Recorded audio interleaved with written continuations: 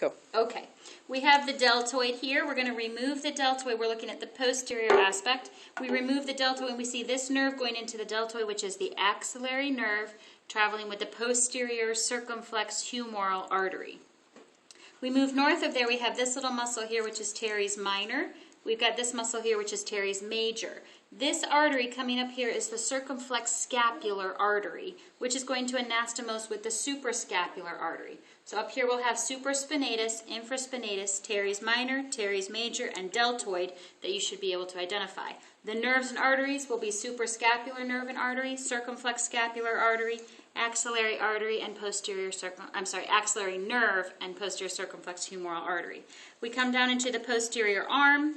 We have the triceps. Long head of the triceps is going to split teres minor from teres major, lateral head of the triceps, and medial head of the triceps.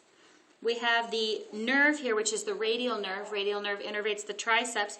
Radial nerve is giving off this nerve here, which is the posterior cutaneous antebrachial. Radial nerve is traveling through the radial spiral groove with the deep brachial artery, or the brachii profundus. Profound means deep. So deep brachial artery with the radial nerve. We come to the front side here.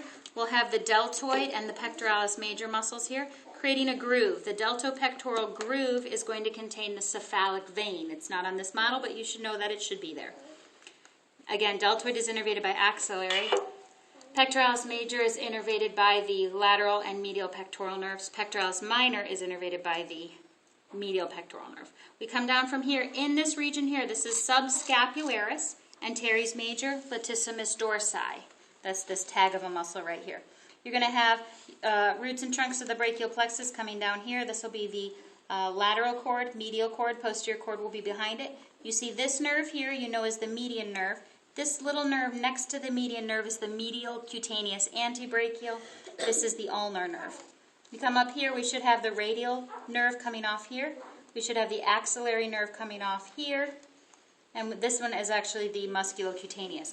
Musculocutaneous nerve is going to come in and innervate the coracobrachialis, the short head of the biceps, long head of the biceps, and brachialis. So the four muscles in the anterior compartment of the arm: coracobrachialis, short head of the biceps, long head of the biceps, and brachialis. Coming out between brachialis and the biceps will be the lateral cutaneous antebrachial, which will be traveling with the cephalic vein. So musculocutaneous becomes lateral cutaneous antebrachial.